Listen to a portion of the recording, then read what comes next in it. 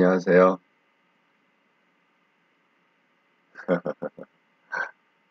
네, 김보통님, 네, 동화책님, 안녕하셨어요. 네, 그 소리 확인 한번 부탁드리겠습니다. 소리가 잘 들리시는지.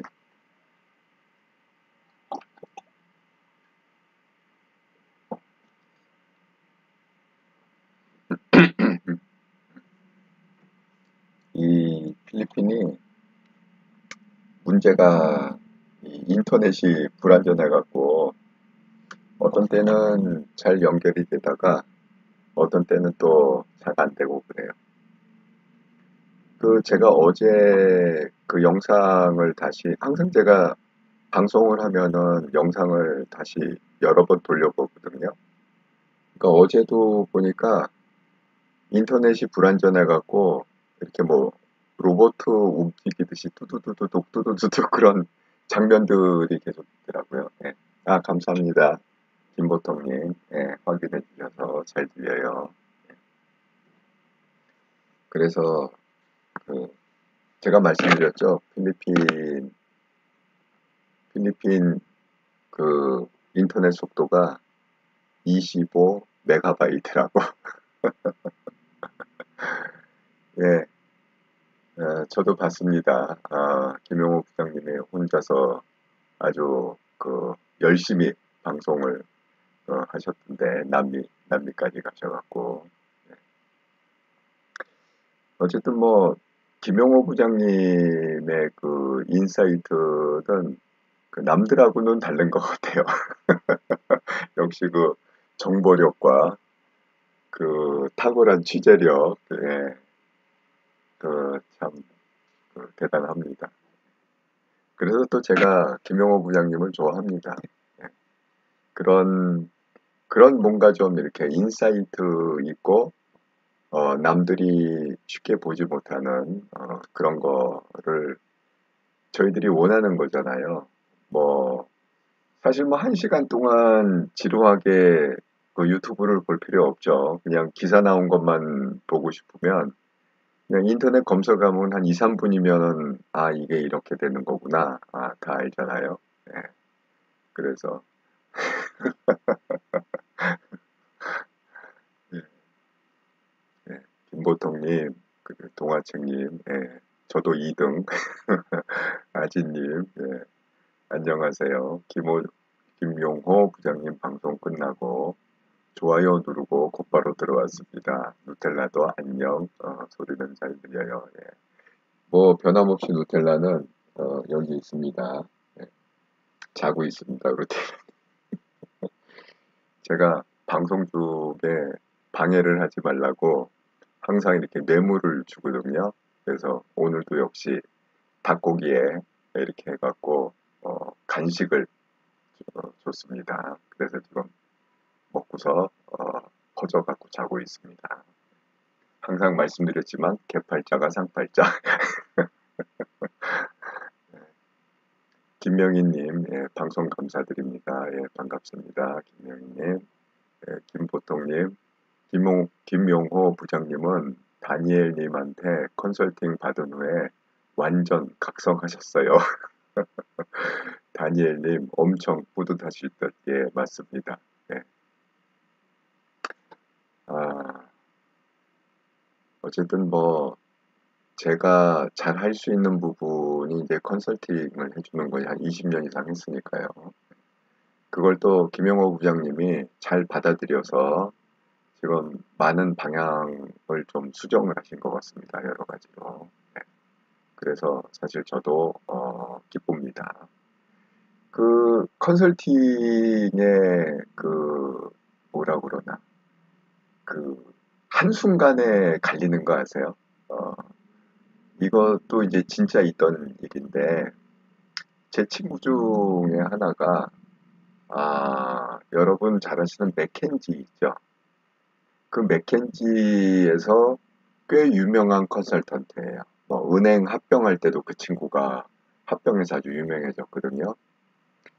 그런데 이제 그 친구 얘기를 이렇게 들어보면 이제 여러분이 알 만한 기업인데 제가 이제 이름을 얘기하면 그 회장님이 좀 애매해질까 봐 예, 그 회사 이름은 얘기 안 하겠습니다.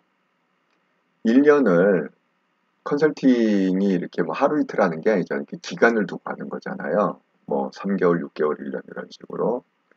그러니까 1년 동안 열심히 이제 해서 뭐 실무진하고 뭐 하고 또 현장 조사도 하고 뭐 여러 가지 이렇게 해갖고 마지막 날, 마지막 날은 뭘 하냐면 되게 그 회장님을 그러니까 오은호 회장님이시죠. 예, 재벌의 그 오은호 회장님을 모셔놓고 이제 임원들 쫙 앉은 자리에서 이제 맥켄지 컨설턴트들 그 팀이 한 명이 아니라 이제 팀으로 하거든요. 그 팀이 이제 마지막 프리젠테이션을 하는 거예요. 결과물. 아, 그동안 우리가 이걸 이렇게 해갖고 이렇게 해서 뭐 유인물 쫙 뿌리고 파워포인트 이제 멋있게 만들어갖고 딱 이렇게 해서 이제 끝났대 그게. 열심히 끝났대요. 그러니까 이제 다들 어떡하겠어요? 뭐 맥켄지 컨설턴트 팀은 물론이고 그 이제 임원들도 쫙 그 오은호 회장님한테 눈길이 갔을 거 아니야. 과연 저 최종 결정권자인 오은호 회장님은 어떻게 반응을 보일까 하고 이제 숨을 죽이고 다들 이제 시선이 딱 이렇게 가 있는데 이제 좀 연세가 드셨어요.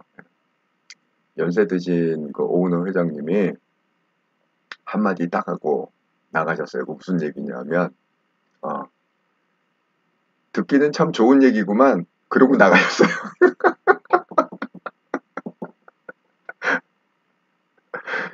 내가 그 말 듣고 웃지다 웃었는지. 예. 그러면 그게 그 채택이 됐겠어요? 안 됐겠어요? 예. 뭐 그 회사는 뭐 돈을 엄청 썼지만 뭐 맥켄지가 컨설팅 비가 쌉니까? 엄청 비싸죠. 예. 그리고 맥켄지 팀도 1년 고생했고 그 실무진도 1년 고생했지만 아니 뭐 정작 그 오너 회장님이 딱 듣고서 듣기는 좋은 얘기구만 하고 나가버리면 어떻게 추진이 돼요 그게. 그래서 그냥 1년 공들인 게 그냥 나무 앞을 답을 댔다 뭐 이렇게 하는 얘기를 듣고 엄청 웃었습니다. 그러니까 컨설팅이라는 거는 그런 거예요.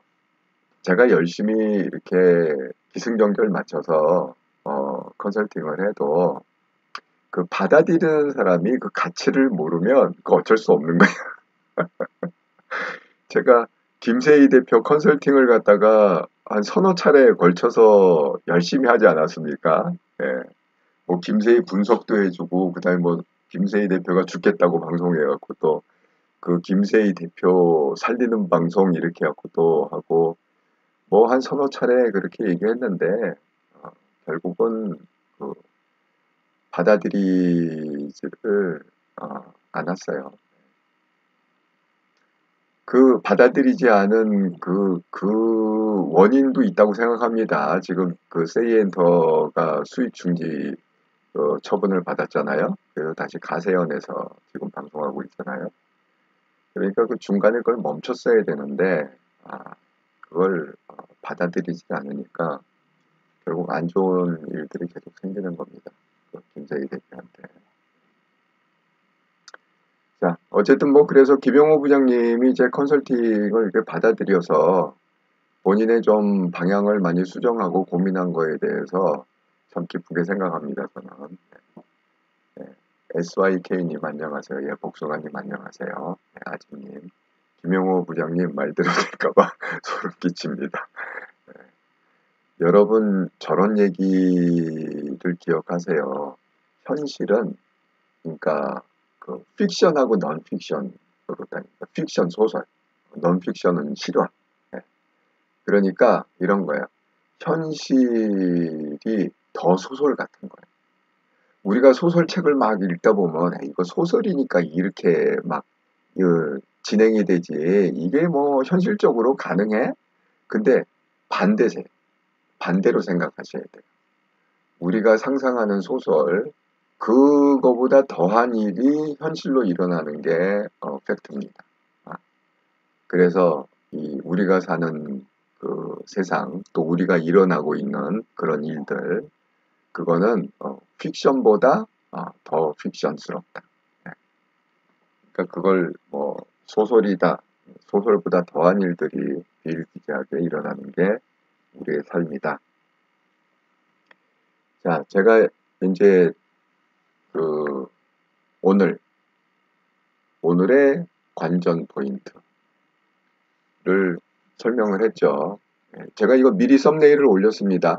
어, 제가 읽어보자면 최강욱 씨가 그 조국 아들 허위 인턴 증명서를 발부했잖아요.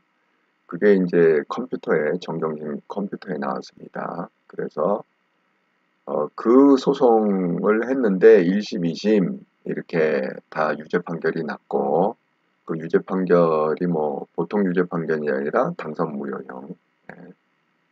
그 다음에 이제 1년을 미루다가 뒤늦게 지금 김명수 대법원장이 퇴임을 6일을 남겨놨는데 갑자기 전원 합의부 재판을 하겠다. 굉장히 이례적인 일입니다. 예. 그래서 세간에 집중을 받았죠. 그런데 이제 오늘 드디어 판결이 났습니다. 그 설명을 한번 하나하나 해보도록 하겠습니다. 먼저 이제 여러분 이거를 잘 아셔야 돼요. 왜 최강욱 씨가 이렇게 길게 권숙희님 상팔자 누텔라 안녕 더 좋겠다. 예, 가끔 이제 버퍼가 좀 있을 수 있어요. 예. 제가 시작할 때 마이크가 또 연결이 안 돼갖고 이게 필리핀은 좀 감안하고 보셔야 돼요. 그 다음에 이제 또 다른 이유는 약간 이게 자연스럽지 못한 건 이제 두 가지 원인을 제가 지금 생각하고 있는데 뭐 어떤 분은 이제 마이크 잡고 문제다 뭐 이렇게 말씀하시는데 사실 이게 뭐 마이크 문제가 아니라 두 가지인 것 같아요. 제가 생각할 때. 근본적으로 필리핀의 인터넷의 문제가 25메가바이트이기 때문에 이게 컨디션이 좋으면 스무스하게 연결이 되는데 어제 영상 보셨죠? 어제 영상도 막 이렇게 로봇 툭툭툭툭 지나가듯이 그렇게 전송이 앞부분이 그렇게 돼 있더라고요. 그건 뭐 인터넷 문제고 그 다음에 이제 두 번째는 이 노트북의 문제예요. 뭐냐면 제가 이 유튜버를 할 생각을 안 했었거든요. 만약에 유튜브 할 생각을 했으면 한국에 갔을 때 올해 제가 4월에 한국에 한 달 있었는데 한국에 있을 때 최신 사양의 아마 노트북을 사갖고 왔을 겁니다. 예. 근데 뭐 전혀 예상치 못하다가 김용호 부장님이 좀 공경에 처하는 바람에 그걸 좀 돕겠다고 이렇게 하는 과정에서 제가 이제 유튜브를 이렇게 지금 프리즘이라는 그 프로그램을 통해서 유튜브를 송출을 하잖아요. 이런 프리즘을 키면 항상 그게 메시지가 떠요. 지금 그 노트북 사양이 이 프리즘을 감당하기에는 사양이 낮다. 이게 항상 뜨거든요. 그래서 이게 노트북이 이 프리즘 프로그램을 못 따라가는구나, 지금 사양이. 그래서 근데 제가 이제 한국에 들어가는 지금 예상 날짜가 내년 3월이에요. 제가 여기를 갔다가 뭐 이렇게 마음대로 막 비울 수가 없어갖고, 그래갖고 이제 내년에는 좀 그나마 이것 때문에 이 유튜브 좀 해결 좀 하려고 땡겨서 잡은 날짜가 2024년 3월 달에 지금 들어갈 생각을 하고 있습니다. 서울에 한 달 동안. 그러니까 이제 그 전까지는 어쩔 수 없이 조금 불편을 좀 겪어야 될 것 같아요. 이 필리핀에서는 이런 좀 고가의 제품을 안 사는 게 좋습니다. 워낙 품질이 떨어져 갖고 이렇게 뭐 믿을 수가 없어요.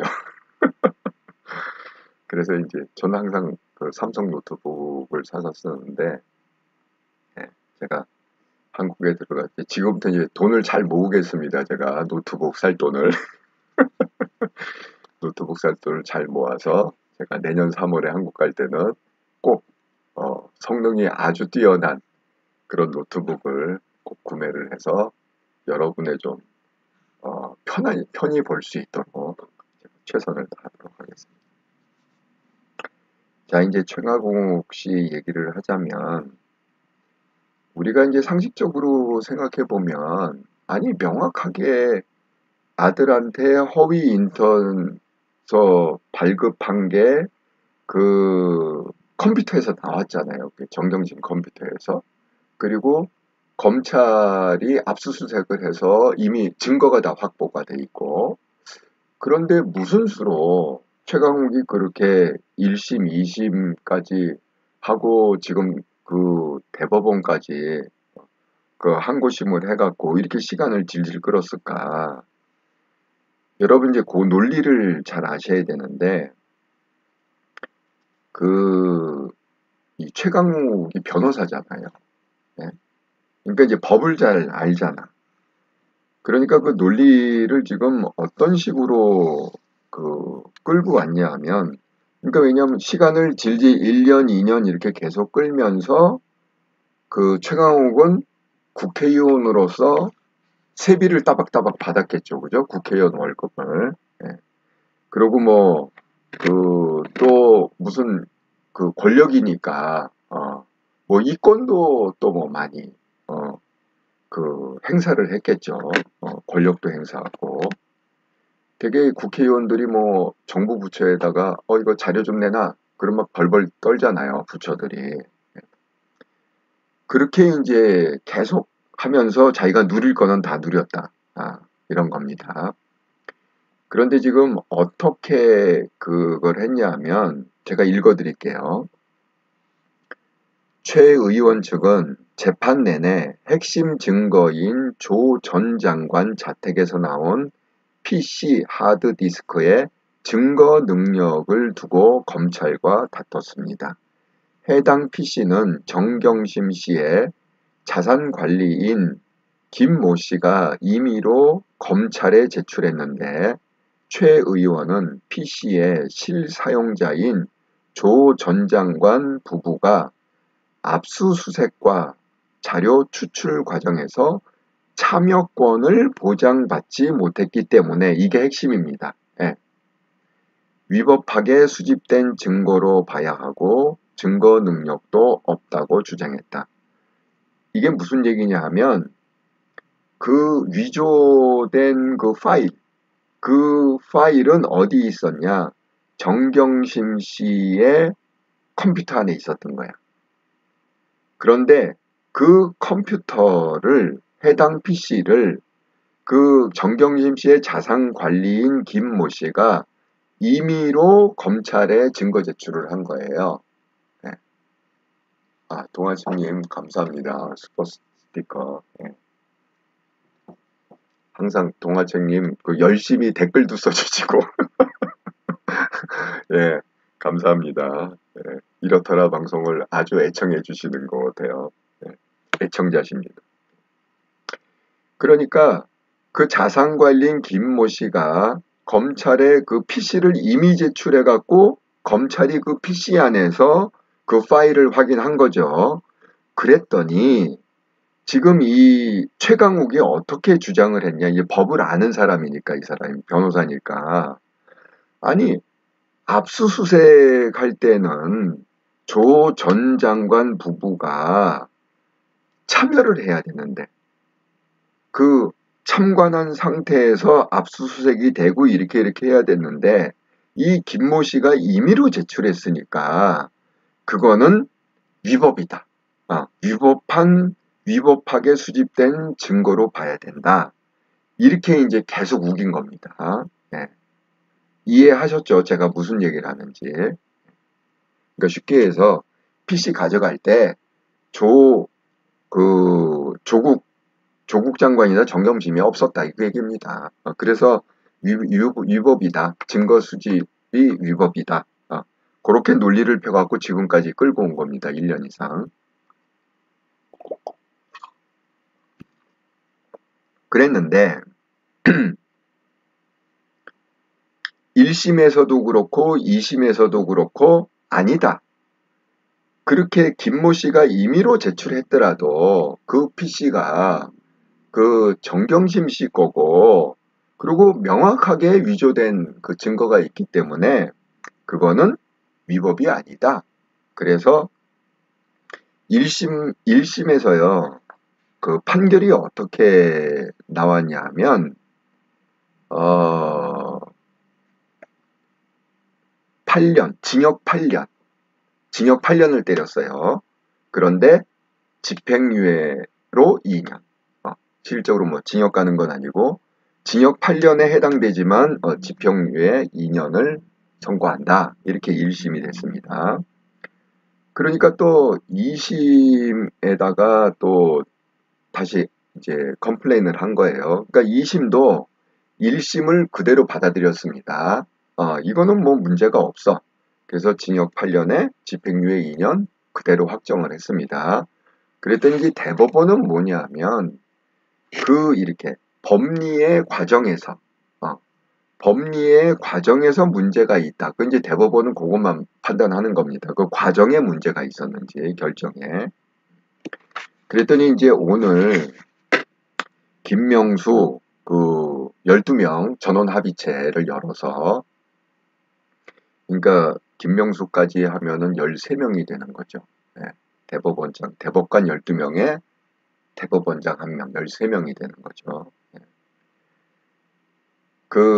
그대로 그냥 그 1심과 2심의 판결을 그냥 인정했습니다. 어떻게 판결이 됐냐면 기사에 보니까 대법원은 하드디스크의 임의 제출 과정에서 정경심 씨 등에게 참여권이 보장되어야 한다고 볼 수 없어. 하드디스크의 증거 능력을 인정한 원심 판단은 정당하다.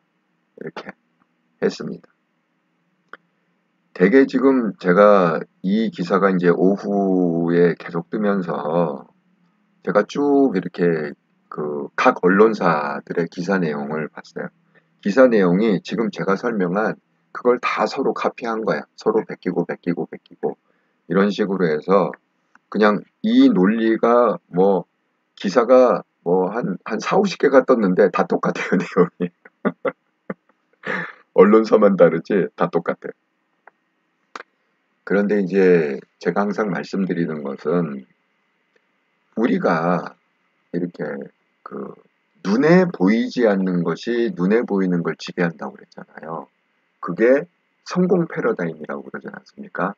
예, 박사님, 네, 안녕하세요. 반갑습니다. 그게 성공 패러다임이라고 그랬잖아요. 그러면 지금 이렇게 판결하는 거는 다 눈에 보이는 거야. 다 눈에 보이는 판결들이 나왔잖아, 그냥. 팩트가. 예? 그런데 여러분, 이렇게 한번 생각을 해보세요. 왜 김명수는 이제 질문을 제가 몇 가지 드릴게요. 한번 생각을 해보세요. 여러분도 같이 한번 생각해 보시죠. 왜 김명수는 퇴임 6일 전에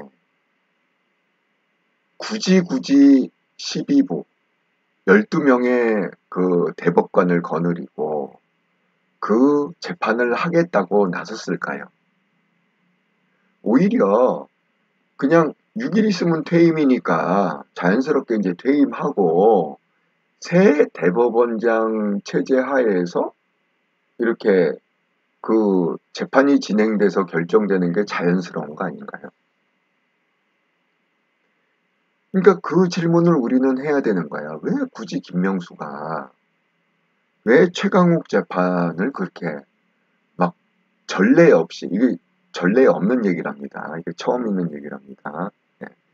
대법원장이 이 퇴임 6일을 놔두고 12부 합의 12명의 합의부 재판을 여는 게 처음이랍니다. 네, 법원 역사상. 근데 왜 이렇게 무리수를 뒀을까요? 우리가 이제 이거를 생각해 봐야 되는 거예요.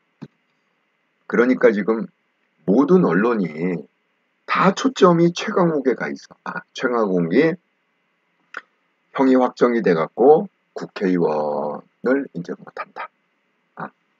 다 뭐 최강욱 인터뷰하고. 근데 이게 우리가 이렇게 큰 그림을 제가 지금 계속 좌파의 그 7가지 영역을 설명하지 않았습니까? 또 김명수 법원에 대해서도 제가 2번째 시리즈로 이 좌파가 장악한 법원 이렇게 해갖고 국제인권법 위원회 그 얘기를 아주 자세하게 했습니다. 제가 이 국제인권법위원회가 왜 중요하냐면 김명수가 초대 회장을 하는 거예요. 그래서 중요합니다. 김명수가 그러니까 그 수장이라는 거지. 근데 국제인권법위원회 김명수 체제하에 그 출신들이 그 중요 요직을 60%, 50%에서 60% 지금 차지하고 있다. 이게 굉장히 중요한 팩트입니다. 제가 후에 다시 연결해서 설명드릴게요. 여러분, 또 다른 질문을 제가 드릴게요. 김명수 지금 법원이, 현재까지는 김명수 법원이잖아요. 김명수 대법원. 김명수 대법원이 최강욱의 논리에 손을 들어주면 안 됐을까요? 최강욱, 무죄다. 최강욱 네 말이 맞아. 이거 검찰이 증거 수집 그게 그 소유주가 없었잖아 그때. 조국하고 정경심이 없었잖아. 그러니까 이거는 불법 증거 수집인 거야. 그래서 이거는 증거 효력이 없어. 아니 이렇게 판결을 내릴 수도 있었잖아요. 오늘 판결에서. 이게 왜 가능하냐면 여러분 그전에 그 대법원의 그 판결을 한번 잘 생각해 보세요. 자, 첫 번째, 박근혜 탄핵 때 헌법재판관이 그 8명이 재판을 했습니다. 네. 그런데 8대 빵이었어요. 8명 중에 1명도 박근혜가 무죄다 이렇게 얘기한 사람이 없습니다. 그러면 100% 대법관들이 네, 대법관들이 100% 어떻게 얘기했냐면 박근혜는 국정농단을 했다. 그런데 헌법재판소가 밝힌 박근혜 대통령의 파면 이유가 뭐냐면 너무 어이가 없는 얘기입니다. 제가 이거 지난번에도 기사를 보여드렸습니다. 최순실 사익 지원 위법 행위 재임 중 지속. 이게 박근혜 대통령 탄핵 이유예요. 최순실 사익 지원 위법 행위 재임 중 지속. 제가 말씀드렸죠. 만약 이게 탄핵의 이유라면 우리나라 역대 대통령 중에 자기 측근들 사익 지원 위법 행위 안 하신 분 계시나요? 자기 측근들. 예? 그러면 다 임기 못 채우고 다 탄핵받아야겠네. 자, 또 하나 제가 케이스를 얘기할게요. 오늘 그 이재명 얘기를 김영호 부장님이 풀어서 설명을 하셨잖아요. 예. 자, 이재명이 왜 지금 그 대통령 후보까지 되고 왜 지금 민주당 대표가 되고 왜 저렇게 아직도 기세등등하게 그렇게 됐을까요? 네? 그거는 권순일 때문에 그런 거예요. 권순일 대법관. 네? 이 대법원에 권순일이 대법관이었거든요. 자, 이거는 이제 제가 설명을 드릴게요. 이 이재명을 어떻게 권순일이 살렸느냐. 이겁니다. 제가 한번 읽어보겠습니다. 이재명 민주당 대표는 2018년 경기지사 TV토론에서 형님을 정신병원에 강제 입원시키려 했느냐는 질문에 그런 일 없다고 대답했다. 이 대표가 친형 정신병원 입원을 검토하라고 지시한 사실이 있었기에 2심은 당선 무효형, 허위사실 공표 혐의. 그러니까 이재명이 경기도지사가 됐잖아요. 그런데 그 지사 선거 과정에서 TV 토론하는데 이렇게 질문을 한 거예요. 당신 친형을 정신병원에 강제 입원시키려고 했느냐? 그런 지시를 했느냐? 이렇게 했더니 이재명은 절대 그런 일 없다. 전혀 난 지시한 적이 없다. 이렇게 얘기했단 말이에요. 그런데 나중에 그게 지시한 게 명확하게 사실로 밝혀졌습니다. 네, 명확하게 사실로 밝혀졌어요. 그래서 소송이 걸린 거야. 이거는 당선 무효다. 네? 허위사실 공표 혐의에 의한 당선 무효다. 그래서 1심도 당선 무효형으로 정했고요. 2심도 당선 무효형으로 정했어요. 지금 이게 최강욱 케이스하고 똑같은 거야. 1심, 2심이 다 당선 무효형으로 확정이 됐어. 그랬는데 이제 마지막으로 대법원에다가 이거는 절차상의 문제가 있다. 이 법리의 문제가 있다. 이렇게 해갖고 이제 대법원으로 갔습니다. 그랬더니 이게 권순일이 어떤 논리로 지금 이거를 갖다가 이재명을 살렸냐면 제가 그대로 읽을게요. 권순일의 그 취지를 2020년 7월 대법원은 무죄 취지로 파기환송했다. 이재명이 무죄라는 거야. 그러니까 1심, 2심 다 뒤집고 무죄다. 근데 그 논리가 뭐였냐면 TV 토론에서 돌발적인 질문에 대한 답변이기에 거짓으로만 단정 지을 수 없다는 소극적 거짓말은 거짓말이 아니다 라는 기적의 논리였다. 권순일이 이렇게 살린 거예요. 여러분 이게 이해가 되세요? 이 TV 토론에서 거짓말한 거는 거짓말이 아니래. 왜? 갑자기 질문을 해갖고 갑자기 돌발적인 질문이었기 때문에 순간적으로 거짓말할 수 있다. 지금 권순일의 논리는 그거예요. 그때 당시에 권순일의 대법원의 논리는 그겁니다. 이게 권순일 혼자서 판단한 게 아니라 이것도 합의. 오늘하고 똑같단 말이야. 대법관 12명이 합의해서 판결한 내용이 이거라니까요. 예. 근데 그 합의를 누가 주도했냐?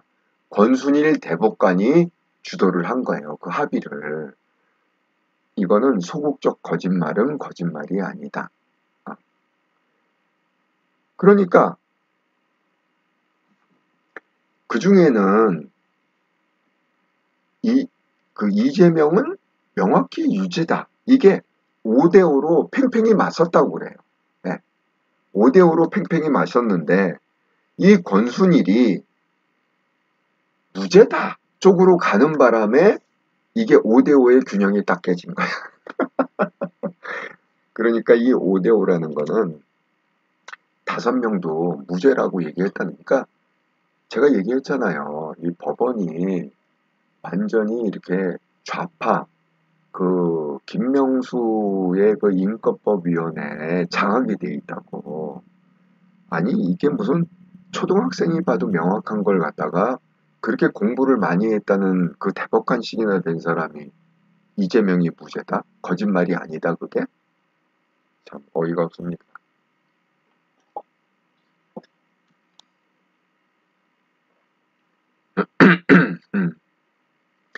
그러니까 그때 이제 이런 얘기가 나왔어요. 네. 이거 이제 기자가 비꼬아서 이제 쓴 건데 이를 확대 해석하면 음주 운전을 해도 본인이 자발적으로 마시면 처벌되지만 남이 따라준 술을 억지로 마시면 봐줘야 한다는 얘기가 된다. 예, 이 얘기입니다. 본인이 자발적으로 거짓말한 거, 그거는 처벌이 되지만, 남이 따라준 걸, 아니, 난 먹기 싫어, 그런데 그냥 억지로 먹었다. 이렇게 얘기하면, 그거는, 위법한 게 아니다. 무죄다. 예, 이런 논리입니다. 예, 기자가 그렇게 비꼬아서 지금 그렇게 썼습니다. 그러니까, 부모 빼고 이 대표에게 생명을 준 사람은 권순일이다. 김태규 전 부장판사가 그렇게 얘기했다고 그러네요. 부모 빼고 이 대표 이재명에게 생명을 준 사람은 권순일이다. 그리고 이제 권순일이 어떻게 됐다고요? 권순일이 바로 퇴임을 했죠. 그리고 화천대유 고문직으로 가서 대장동 의혹이 불거질 때까지 매월 1,350만 원씩 따박따박 월급을 받았습니다. 그러니까 저는 오늘의 최강욱 씨의 그 대법원의 판결이 저는 당연하다고 생각하지 않아요. 최강욱 당연히 유죄지. 이게 당연한 게 아닙니다. 좌파들 입장에서는 당연한 게 아니라 목적이 있는 거예요. 왜 좌파들은, 왜 김명수는? 여러분 생각해 보세요. 지금 세상 모두가 다 지금 이 논리는 알고 있어요. 쟁점이 뭔지. 그 PC의 그 증거 능력을 인정할 거냐 안 할 거냐 이건 명확합니다. 대법원에서 인정해 줄 거냐 아니냐. 그러니까 그거는 오래 생각할 필요가 없는 거야. 그걸 1년 넘게 생각을 했다는 거지. 그런데 그 간단한 문제를 갖다가 김명수 그 대법원이 오늘 최강욱은 유죄다 이렇게 판결을 했다는 거예요. 최강욱은 무죄다 이렇게 판결해도 아무 상관이 없어요. 지금 권순일 판결하듯이 권순일 대법원이 판결하듯이 그때도 김명수가 있었잖아.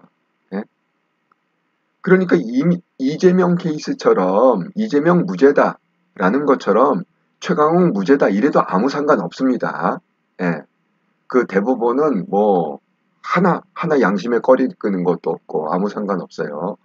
근데 왜 굳이 최강욱을 날렸을까? 그러니까 우리가 이걸 생각해 봐야 되는 거예요. 지금 이 오늘의 재판의 그 핵심은 최강욱이 아니에요. 최강욱은 그냥 그 수단으로 쓰인 거야. 목적이 아니야. 최강욱은 그냥 날린 거고 그러면 우리가 생각을 해. 왜 좌파 쪽에서 최강욱을 날렸을까? 그거를 생각해야 된다는 거지. 그래서 제가 오늘 재판이 중요한 재판이다. 제가 그래서 썼잖아요. 김명수는 어떤 결정을 할 것인가. 그리고 대법관 12명은 어떤 결정을 할까. 이게 초점이요. 오늘의 재판의 초점은 최강욱이 아니라 김명수입니다. 김명수. 그리고 12명의 대법관. 과연 이 대법원은 어떤 스탠스를 취할 거냐. 거기에 따라서 이제 우리는 그 해석을 달리 해야 되는 거야. 자, 그러면 이제 결정이 났잖아요. 최강욱을 날리는 걸로 결정을 했잖아. 김명수가. 그러면 제가 이제 그 여태까지 쭉 이렇게 컨설팅하고 강의한 내용이 있잖아요. 자, 여러분 이걸 기억하실 거예요. 말과 행동에는 그 사람의 생각이 묻어나온다. 이거 기억하시죠? 제가 강조했습니다. 그 다음 제가 인간 연구할 때 강조했죠. 그 다음에 로버츠 딜츠의 6단계를 설명했잖아요. 네? 그러면 상위 레벨이 하위 레벨을 지배한다. 그러니까 생각 레벨이 말과 행동 레벨을 지배한다. 이거 기억하시죠? 네. 생각. 내가 그렇게 생각하고 있으니까 그런 생각 때문에 말과 행동이 그렇게 나간다. 네. 이거 기억하시죠? 네. 그래서 로버츠 딜츠의 6단계를 다시 한번 떠올려 보자 이거예요. 자, 그러면 김명수의 생각은 이거요. 법정에 들어오기 전에 이미 결정하고 들어온 겁니다. 뭐 법정에 들어와서 결정한 게 아닙니다. 예. 김명수가 결정을 그렇게 한 거예요. 내가 퇴임하기 전에 최강욱을 날리고 퇴임을 해야겠구나. 저는 여러분도 한번 생각을 해보세요. 그럼 왜 그랬을까? 김명수가 왜 굳이 내가 퇴임하기 6일 전이지만 최강욱은 내 손으로 날리고 퇴임을 해야겠다. 왜 그런 생각을 했을까요? 저는 두 가지. 김명수 입장에서 보면 두 가지 목적이 있다고 저는 생각합니다. 뭐 가능성이니까 뭐 옛날에 그런 거 있잖아요. 뭐 생각은 자유라고. 제가 그렇게 생각을 한다는데 뭐 누가 뭐라고 그럴 거야. 생각은 자유입니다. 네. 자, 제가 볼 때 이제 첫 번째 김명수의 목적은 뭐냐면 좌파들을 향해서 메시지를 던진 거예요. 우리가 이럴 순 없잖아. 김명수가 지금 법원에 제가 말씀드렸죠. 법원에 한 150여 명의 인권법위원회 출신의 그 핵심 요직에 있는 그런 뭐 부장판사 뭐 이런 뭐 대법관 이런 사람들이 있습니다. 그런데 그 사람들한테 일일이 전화를 해서 내 메시지를 전달할 수도 없고, 그죠? 또 일일이 뭐 이메일을 보낼 수도 없고, 그럼 이메일 보내면 또 나중에 근거가 될 거 아니에요, 그게. 전화하면 또 녹취가 될 거 아니야. 그러니까 뭔가 시그널을 보내줘야 되는데, 내 뜻을. 이 김명수가 수장이라고 그랬잖아요. 인권법위원회 수장. 그러면 이 수장의 뜻을 갖다가 뭔가 내 추종자들한테 전해야 되는데, 편지를 쓸 수도 없고, 이메일을 쓸 수도 없고, 전화를 일일이 돌릴 수도 없는 거야. 자, 그러면 어떻게 하죠? 그냥 공개적인 데다가 메시지를 던지면 되잖아. 그래서 오늘, 예, 생각을 한 거야. 김명숙 똑똑하잖아요. 얼마나 똑똑해요. 그러니까, 내가 퇴임하기 전에 6일 남았지만, 이 최강욱 재판을 통해서 나의 추종하는 이 좌파 판사들한테 내가 시그널을 주고 퇴임을 해야겠구나. 자, 그 시그널이 뭐냐? 자, 좌파 판사들이요. 이제는 각자 도생해라. 이게 시그널입니다. 각자 도생. 왜냐? 지금 윤석열 대통령 정부가 생각보다 너무 강력해갖고, 이게 지금 계속 불도저처럼 지금 밀어붙이고 있잖아요. 예, 꿈쩍 안 하고. 예. 거기에 또 한동훈 장관. 예? 앞에서 완전히 지금 그 역할을 100% 하고 있잖아요. 일당백을 한단 말이야. 그리고 지금 윤석열 정부의 내각이 생각보다 굉장히 지금 탄탄합니다. 이 손발이 지금 잘 맞고 있어요. 예. 뭐 방통위 뭐 이동관 위원장 또 이번에 뭐 새로 이렇게 교체된 사람들 뭐 이런 사람들이 지금 그 윤석열 대통령님의 국정 취지에 따라서 한 방향으로 지금 쫙 힘을 모으고 있습니다. 그러니까 김명수 대법원장도 느낄 수밖에 없죠. 이제는 대법원 차례구나. 분명히 느꼈습니다. 네. 그래서 자, 좌파 판사들한테 내가 최강욱을 날린다는 의미는 뭐냐면 내가 최강욱을 무죄로 해서 이재명처럼 살려줄 수도 있어. 근데 지금은 그럴 때가 아니야. 그러니까 자, 너희들 나대지 말고 이제는 각자 도생하고 몸을 낮춰. 언제까지? 다시 우리가 좌파 정권을 찾아올 때까지. 그러니까 이제 1년 지났으니까 4년 후에 선거 다시 해서 좌파 정권, 좌파 대통령 세울 때까지 너희들 각자 잘 살아남아라.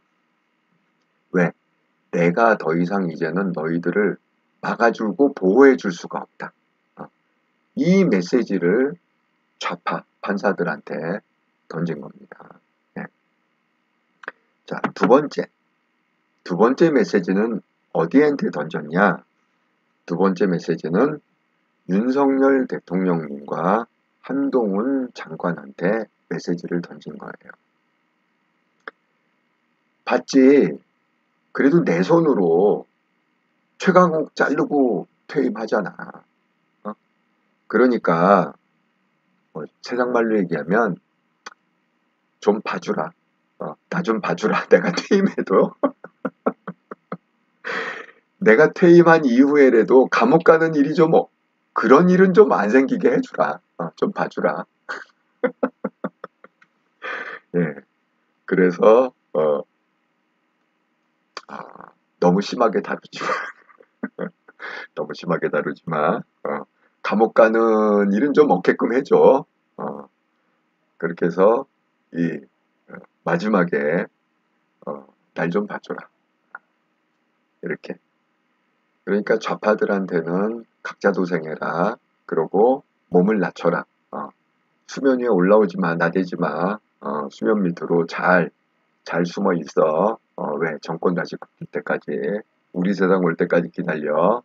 이렇게 얘기한 거고 이제 윤석열 대통령이나 한동훈 장관한테는 그래도 내 손으로 날렸으니 그래도 날 좀 봐줘. 이겁니다. 아, 예, 김보통님, 윤석열 정부를 보면서 리더가 얼마나 중요한지를 너무 느낍니다. 전 그동안 나라에 인재가 없는 줄 알았죠.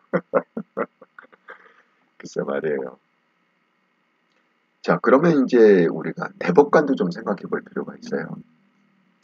제가 이 윤석열 대통령 따라잡기를 설명하면서 제가 그 얘기했습니다. 김명수 대법관이 인권법위원회 출신의 법관을 대법관으로 임명하려고 했더니 윤석열 대통령이 대통령이 임명제 청권을 거부하겠다. 나 임명 못해. 이렇게 딱 뻗탱기니까 결국 이 사람을 임명을 못하고 다른 사람 2명을 집어넣었는데 그럼 이 다른 사람 2명은 우파냐? 절대 아닙니다. 왜냐하면 이미 우파는 그 후보 8명에 아무도 없어요. 그러니까 좀 더 골수 좌파냐 아니면 그냥 적당히 좌파냐 이제 이런 겁니다. 그러니까 적당히 좌파 2명이 된 거죠 이번에. 네. 그래서 이제 지금 대법관 12명 이것도 중요합니다. 그러니까 이런 거예요. 대법관들 입장에서 보면 그 12명이 그러면 왜 그런 판결을 내렸냐? 최강욱을 날리는 판결을 왜 합의를 해줬느냐? 이것도 2가지로 볼 수 있어요. 첫 번째는 우리가 흔히 얘기하는 중도 대법관, 보수 대법관 이런 사람들이 있을 거잖아요. 보수 대법관은 거의 없습니다. 지금 12명 중에 거의 없습니다. 그럼 대부분이 다 중도 대법관인데 이 중도 대법관이 지금 윤석열 대통령하고 한동훈 장관한테 이렇게 얘기하는 거예요. 이거 보셨죠? 우리 날리는 거 보셨죠? 난 좌파 아니에요. 오해 말아주세요. 네, 이 메시지를 던진 거죠. 대법관 입장에서 보면. 그리고 이제 그 중에 이제 누구나 다 아는 좌파 대법관들도 있을 거잖아요. 그럼 이제 그 좌파 대법관들은 뻔한 거 아니겠어요? 김명수하고 똑같겠죠, 메시지가. 윤석열 대통령님, 한동훈 장관님, 그래도 최강욱 날렸으니까 좀 봐주시면 안 될까요? 네, 이 메시지인 거죠. 여러분, 좌파들의 뿌리는, 결국은 공산주의 이론입니다. 제가 학교 다닐 때, 1980년부터 이 좌파들은 공산주의 서적을 갖다가 그걸 갖고 세뇌를 시켰어요. 네. 그래서 뭐 프로레타리아, 부르조아 뭐 이런 거부터 그 소련에서 맨 처음 그 러시아 제정이 무너졌을 때 그때부터 부르주아 프로레타리아 가리키면서 볼세비키 혁명, 민세비키 혁명 이 이 좌파의 역사를 가리키는데 그 역사가 공산주의 역사인 거야. 예. 그래서 거기서 철저하게 세뇌된 그 기간이 몇 년이라고요? 30년, 40년 동안 아주 치밀하게 이렇게 했다. 그런데 그 좌파의 전략 중에 하나가 뭐냐면, 여러분 우리가 이제 중국의 역사에서 이걸 갖다가 배워야 돼요.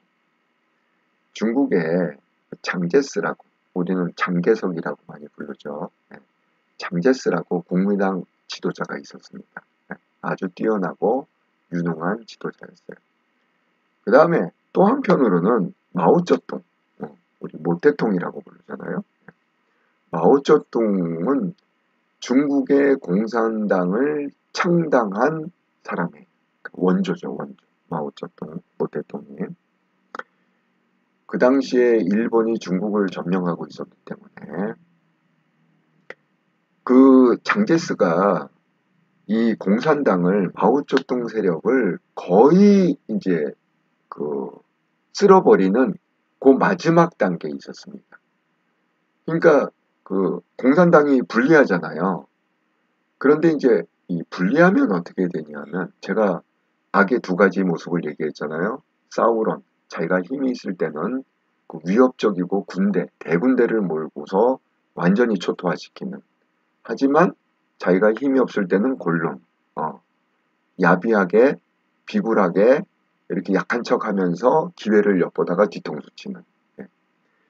바로 그거거든요. 마오쩌둥이 쓴 전술이 뭐냐면 도시는 다 이미 폐각을 했고 이제 지방에 조금 남았습니다. 그렇게 있으니까 어떻게 여론전을 폈냐면 아니 지금 일제의 침략을 받고 우리나라가 어려운데 이 일본부터 몰아내야 되는 거 아니냐 이렇게 선동을 했습니다. 그럴듯하잖아요. 예? 그게 여론전이 해서 국민한테 그게 먹혀 들어갔어요. 그러니까 어쩔 수 없이 그 장제스가 이 모태똥하고 손을 잡았습니다. 그래, 일단은 일본을 쓸어내리고 우리의 전쟁은 잠시 휴전을 하고 힘을 합치자 해서 일본하고 싸웠는데 실질적으로 일본하고 싸운 거는 장제스만 싸웠습니다. 네.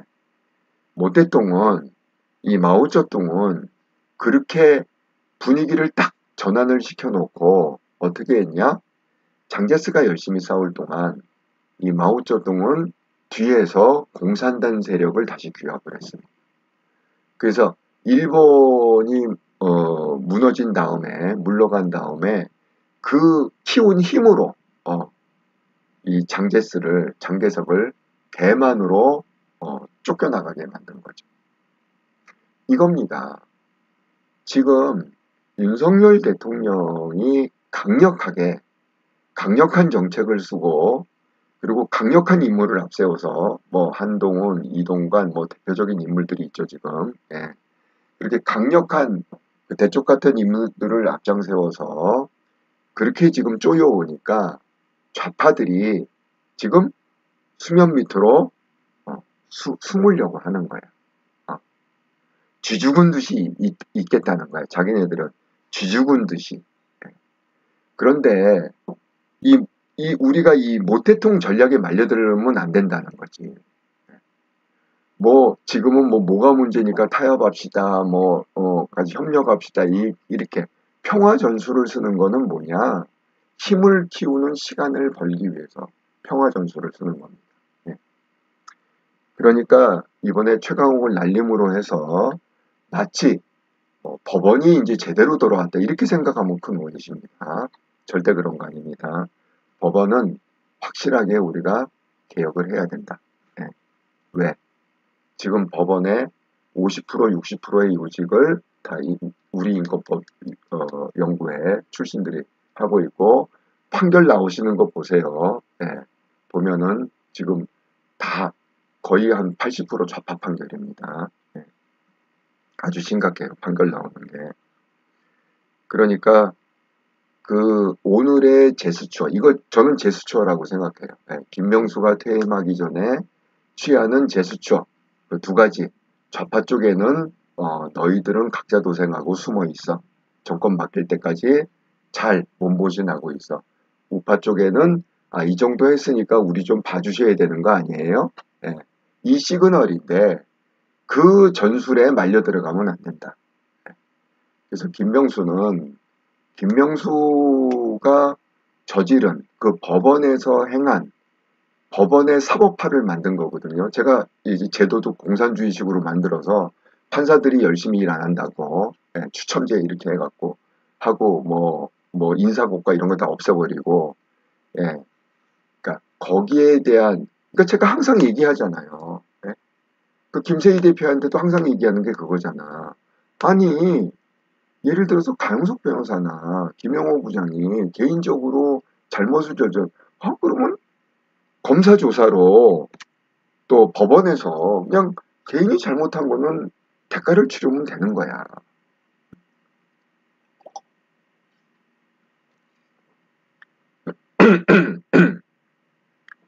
그게 공정한 겁니다.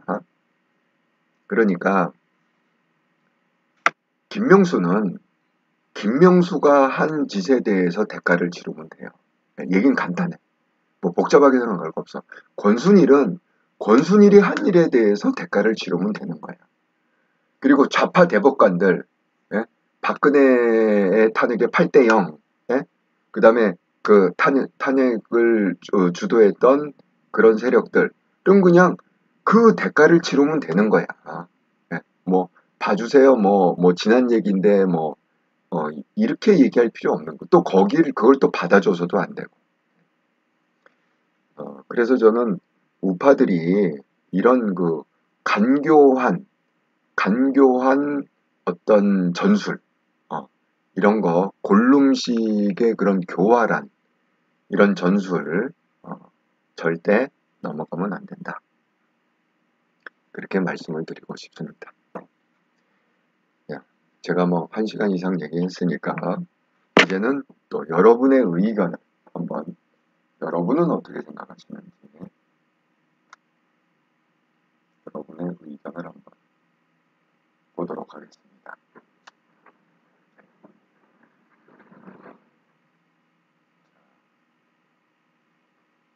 박서연, 알박기. 네. 지금 뭐 알박기를 뭐 워낙 많이 해놔갖고 다 빼내야죠. 아지님, 그러면 김명수 지지 않을까요? 네. 그 김명수의 죄가 더 무거워질 게 있을까요? 저는 그 김명수가 그동안의 그 한 소행을 보면 뭐 제가 얘기했잖아요. 엠파이어 스테이트 빌딩에 올라가서 이렇게 아래를 보면 뭐 10층 빌딩이나 50층 빌딩이나 그놈이라고 도토리 키재기라고 그 말씀 드렸잖아요. 아니 김명수가 뭐 저지른 일이 너무 많은데 뭐 최강욱 하나 무죄 시켜준다고 그게 뭐 더해지고 최강욱을 갖다가 유죄 판결에서 날렸다고 그게 좀 덜어지고 그럴까요? 그런 건 아닌 것 같아요. 예. 그냥 뭐 너무 많아갖고 그 김명수가 이 법원을 망쳐놓은 거는 뭐 너무너무 막중하게 갖고 뭐 그거 뭐 최강욱을 날리건 안 날리건 뭐 상관없이 중재인 거죠. 예.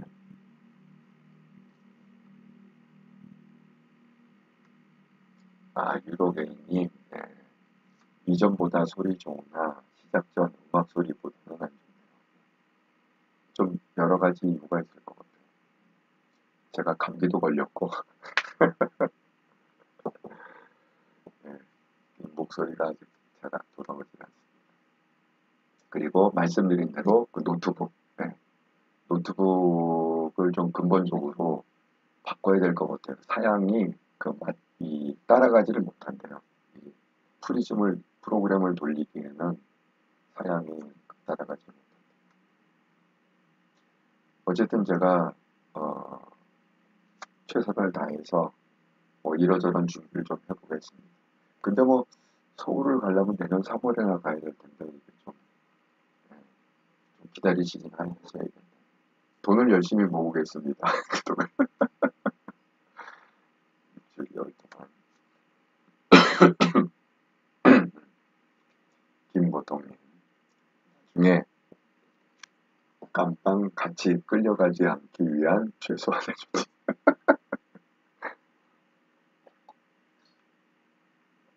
그러니까요. 그래서 제가 말씀드린 거예요. 그 메시지를 그래도 최하공 날렸으니까 좀 봐줘야 되지 않을까요? 이렇게 지금 시그널을 보내는 거라고. 김보통님 얘들이 바짝 엎드려라. 예, 얘들아 바짝 엎드려라. 지금 잘못 머리 치들다가는 머리 잘린다. 예, 그 얘기입니다. 김보통님. 그래서 잘 이해를 하셨네요. 그 좌파들한테 그 시그널을 보낸 거예요. 몸사려 바짝 엎드려 있어. 그런 거죠. 박서연님, 무늬만 각자 도생도 있죠. 예, 김보통님, 윤석열 정부를 보면 리더가 얼마나 중요한지를 너무 느낍니다. 정말 제가 항상 얘기하는 거지만 리더는 아무나 되는 게 아니에요. 또 아무나 되면 안 돼요. 제가 이렇게 그 회사 컨설팅을 많이 했다고 그랬잖아요. 그러면 어떤 회사를 보면 직원들 너무 불쌍해.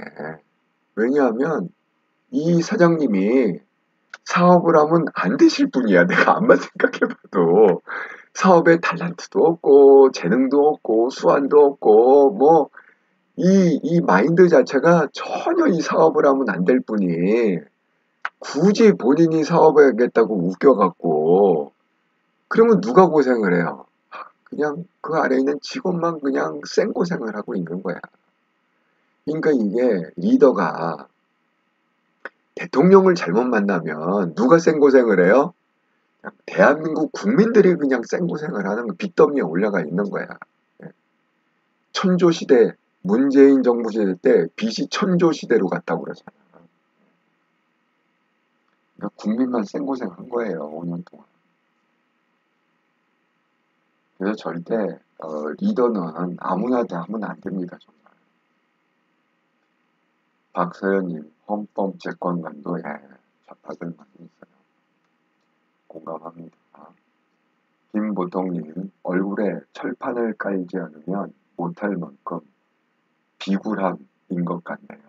진짜 딱 골룸 맞습니다. 제가 항상 얘기하잖아요. 좌파들은 아이언맨이라고 10cm, 철판 10cm. 정말 걔네들은 뭐 눈 하나 깜짝 안 하고 어느 짓이도 합니다. 뭐 기라고 그러면 기고 또 밟으라고 그러면 또 엄청 또 잔인하게 밟고 그런 사람들이에요.